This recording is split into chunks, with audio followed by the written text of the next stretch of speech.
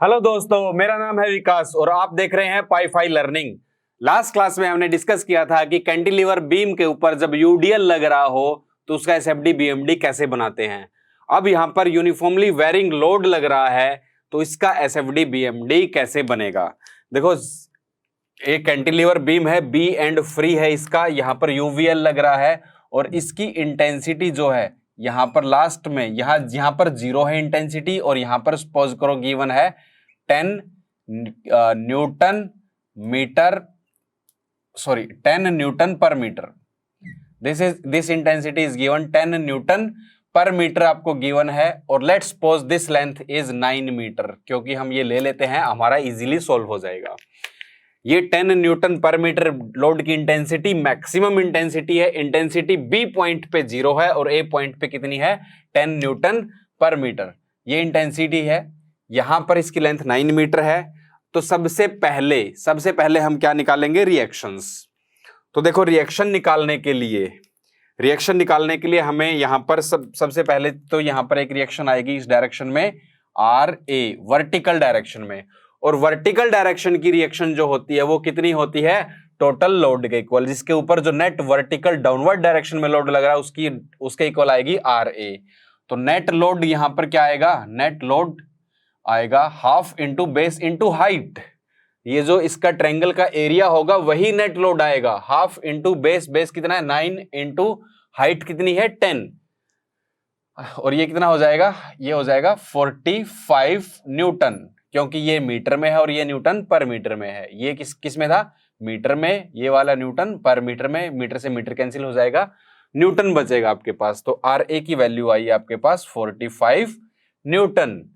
R A आ गया आपके पास। दूसरा निकालना था हमें मूवमेंट। अब इस पॉइंट पे यहां पर एम ए की वैल्यू क्या आएगी, एम ए की वैल्यू, तो एम ए की वैल्यू क्या आएगी, लोड इनटू परपेंडिकुलर डिस्टेंस। और परपेंडिकुलर डिस्टेंस कहां से लेंगे, जहां पर ये लोड एक्ट कर रहा है। और ये वाला लोड कहां पर एक्ट कर रहा होगा, इसके सेंट्रोइड पे। और सेंट्रोइड आपको पता है जिस साइड में ज्यादा लोड होगा उसी डायरेक्शन में होगा, this is centroid.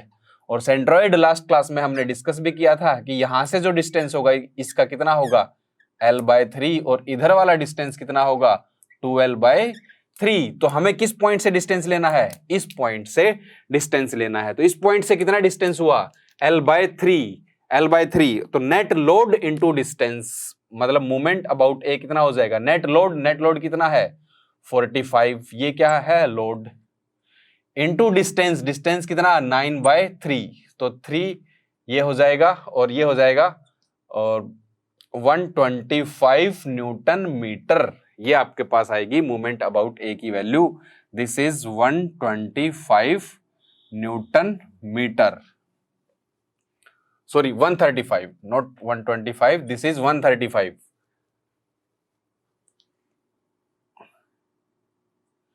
135 newton metre आपके पास आ जाएगी मूवमेंट अबाउट ए की वैल्यू। तो दो अननोन थे हमारे पास, दोनों आ गए हैं। अब इसका बनाएंगे shear force diagram and bending moment diagram. तो सबसे पहले शियर फोर्स कैलकुलेशन करेंगे। शियर फोर्स कैलकुलेशन बहुत इजी है। तो इसमें पहले shear force between A and be directly लिखेंगे, बिटवीन ए एंड बी। अब इस केस में राइट हैंड साइड से कैलकुलेशन करेंगे या लेफ्ट हैंड साइड से। तो मैंने आपको बताया था कि ट्रायंगुलर लोड के केस में जिस डायरेक्शन में जहां पर आपको 0 इंटेंसिटी नजर आती है उस डायरेक्शन से आप कैलकुलेशन स्टार्ट कर देंगे। और 0 इंटेंसिटी किधर है, इसके राइट में। तो कहां से कैलकुलेशन स्टार्ट करेंगे, राइट हैंड साइड से। राइट हैंड साइड से कैलकुलेशन करेंगे। राइट हैंड साइड से कैलकुलेशन करेंगे तो पहले इसका फ्री बॉडी डायग्राम बना लेंगे। तो फ्री बॉडी डायग्राम इस टाइप से बन जाएगा। एक फ्री बॉडी डायग्राम, और ये एक्सिस ले लेंगे, एक्स एक्स एक्सिस पे हम ले रहे हैं, और जो कि बी पॉइंट से कितने डिस्टेंस पे है, स्मॉल एक्स डिस्टेंस पे। और ये भी आपको बताया था कि जब ये स्मॉल एक्स होगा तो ये वैल्यू कितनी होगी, लास्ट में ऐसे सिंपली सपोर्टेड बीम के केस में डिस्कस किया था। ये वैल्यू कितनी हो जाएगी 10/9x। ये वैल्यू कितनी हो जाएगी 10/9x। अगर ये 10 है और ये 9 है तो ये वैल्यू हो जाएगी 10/9x। ओके, तो ये भी आ गया आपके पास, ये चीज भी आ गई 10/9x। इंटेंसिटी कहां से कहां तक वेरी हो रही है इसकी, 0 से 9x। तो शेयर फोर्स की वैल्यू देखो, ये जो लोड लग रहा है ये डाउनवर्ड डायरेक्शन में लग रहा है, राइट हैंड साइड से, तो पॉजिटिव आएगा। या ये कह सकते हो इस पॉइंट को किस डायरेक्शन में रोटेट कर रहा है, क्लॉकवाइज डायरेक्शन में, तब भी पॉजिटिव आएगा। तो शेयर फोर्स की value at X X section पहले तो पॉजिटिव आएगी, और नेट लोड आएगा। नेट लोड कितना होता है, हाफ इंटू बेस, बेस क्या है यहाँ पे x, और हाइट कितनी है 10/9x। तो शेयर फोर्स की value, shear force at X x आपके पास आया हाफ इंटू, ये हो जाएगा, सॉरी हाफ को ये 2 से ये 5 पे कैंसिल हो जाएगा, तो आपके पास आएगा ये 5/9x²। पॉजिटिव आएगी ये वैल्यू 5/9x²। तो 5/9x² कैसे वेरी कर रहा है, वेरीज पैराबोलिकली, क्योंकि x की पावर कितनी है 2 है, x² है, तो वेरीज पैराबोलिकली विद x के साथ पैराबोलिकली वेरी कर रहा है। तो पैराबोलिकली वेरी कर रहा है तो हमें a पॉइंट पे और b पॉइंट पे भी चेक कर लेते हैं कि क्या आएगा।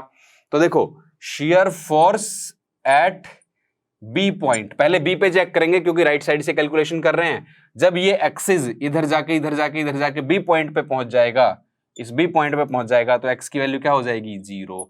तो शेयर फोर्स की वैल्यू भी कितनी हो जाएगी, b पॉइंट पे 0 हो जाएगी। आप चेक कर सकते हो, शेयर फोर्स की वैल्यू b पॉइंट पे 0 हो जाएगी। दूसरा, second, shear force at a point पे, जब a पॉइंट पे चेक करोगे, एक्सिस इधर जाएगा, तो a पे जैसे ही पहुंचेगा x की वैल्यू कितनी हो जाएगी 9, x की वैल्यू कितनी हो जाएगी 9, x की वैल्यू 9 मीटर हो जाएगी। तो x की वैल्यू 9 मीटर आप इसमें पुट करोगे तो ये कितना हो जाएगा, शेयर फोर्स की वैल्यू कितनी हो जाएगी, प्लस का 45 Newton, shear force at point B।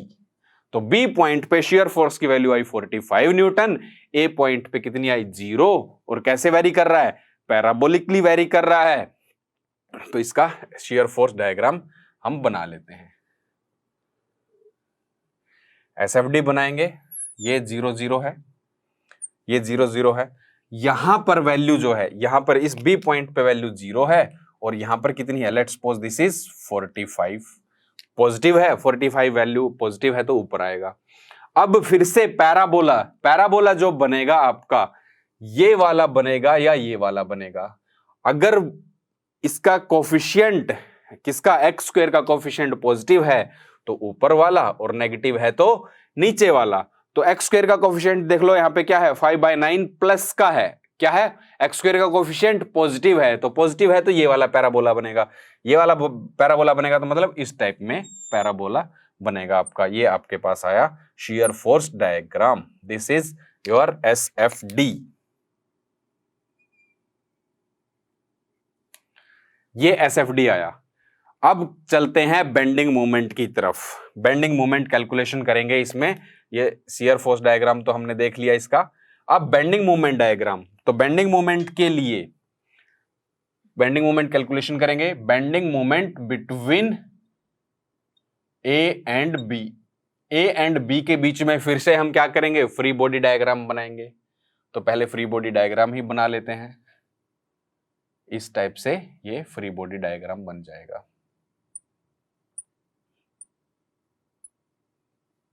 यहां तक ही बना लेते हैं इसको, ये फ्री बॉडी डायग्राम।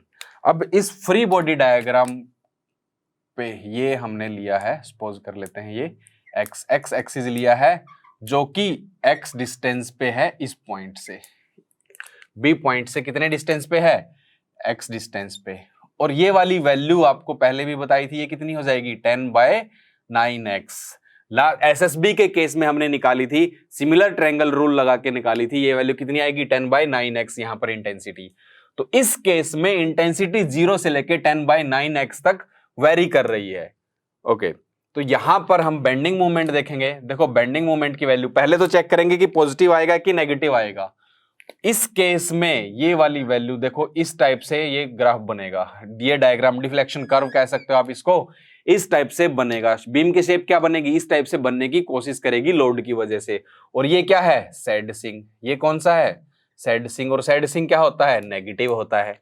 तो बेंडिंग मोमेंट की वैल्यू, पहले तो बेंडिंग मोमेंट का जो साइन कन्वेंशन साइन आएगा वो नेगेटिव आएगा, तो ये minus I, minus is equal to minus of, अब क्या आएगी वैल्यू, क्या आएगी देखो, टोटल लोड की वैल्यू पहले तो लिखेंगे, कितना आएगा, half into base into height, half into base कितना है x और हाइट कितना है 10/9x, ये तो हुई आपके पास लोड की वैल्यू, इनटू डिस्टेंस। अब डिस्टेंस कहां पे एक्ट करेगा, ये कहां पे एक्ट करेगा, सेंट्रोइड पे, तो सेंट्रोइड यहां कहीं होगा, वो पहले भी मैंने आपको बताया था, सेंट्रोइड होगा इसका, और इस पॉइंट से जो डिस्टेंस होगा, इधर का डिस्टेंस कितना होगा x/3, ये डिस्टेंस कितना होगा x/3, और ये आपको भी पता है ये वाला डिस्टेंस क्या होगा, कम होगा, और ये वाला डिस्टेंस ज्यादा होगा, ये कितना होगा 2x/3, तो यहां पर into x/3 into perpendicular distance भी मल्टीप्लाई करेंगे, ये क्या हुआ आपके पास डिस्टेंस,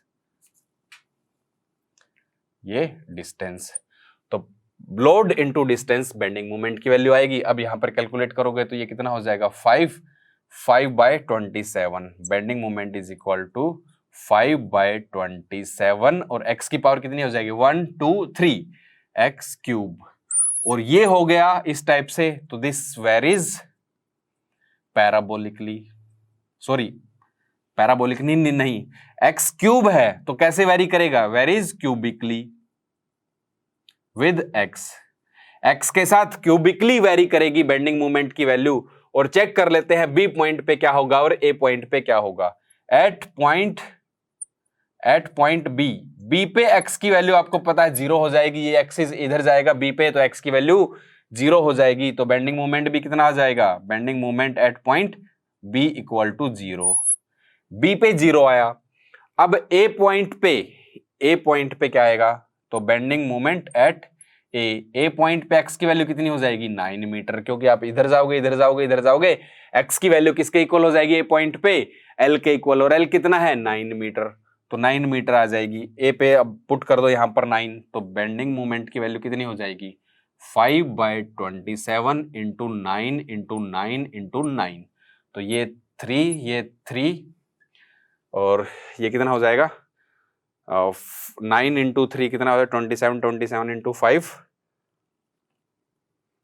135, तो बेंडिंग मोमेंट की वैल्यू हो जाएगी 135, और सॉरी नेगेटिव भी है साथ में, माइनस है यहाँ पर, माइनस है यहाँ पर, माइनस आएगा, माइनस का 135 न्यूटन मीटर, ये वैल्यू आएगी -135 न्यूटन मीटर। अब इसका बेंडिंग मूवमेंट डायग्राम, देखो यहाँ पर 0 0, यहाँ पर बेंडिंग मूवमेंट डायग्राम, और दूसरी वैल्यू कितनी है यहाँ पर, ये वैल्यू इस पॉइंट पे 0 है, बेंडिंग मूवमेंट कैसे वेरी कर रहा है, इस पॉइंट पे वैल्यू 0 है और इस पॉइंट पे वैल्यू कितनी है -135। अब इस केस में भी अगर नेगेटिव आता है तो इस टाइप की शेप बनती है, क्योंकि पैराबोलिक शेप और क्यूबिकल शेप में ज्यादा डिफरेंस नहीं होता है, सिर्फ किसका डिफरेंस होता है, स्लोप का। आप चाहे तो बना के भी देख सकते हैं, देखो जैसे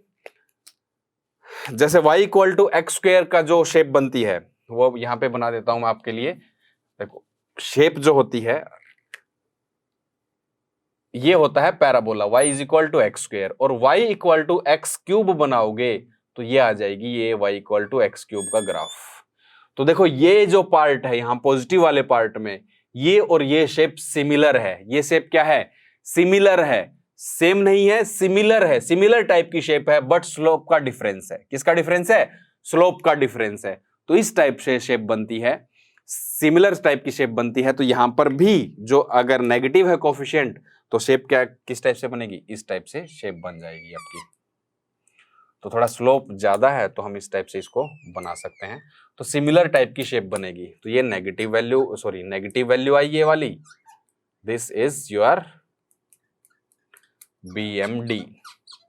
तो ये आपका BMD आएगा, ऊपर वाला क्या है आपका SFD। तो इस टाइप से हम SFD और BMD बना सकते हैं जब आपका कौन सा लोड लग रहा हो, ये लग रहा हो UVL uniformly varying load. Uniformly varying load के लिए ये वाला आपके पास आ गया CFD एंड BMD। तो ये हमने डिस्कस किया। अब नेक्स्ट क्लास में हम नेक्स्ट लेक्चर में हम डिस्कस करेंगे कि जब मूवमेंट लग रहा हो तो उस टाइम पे एसएफडी और बीएमडी कैसे बनेगा कैंटिलीवर बीम का। तो इस लेक्चर में इतना ही, मिलते हैं नेक्स्ट लेक्चर में। Thank you so much for watching.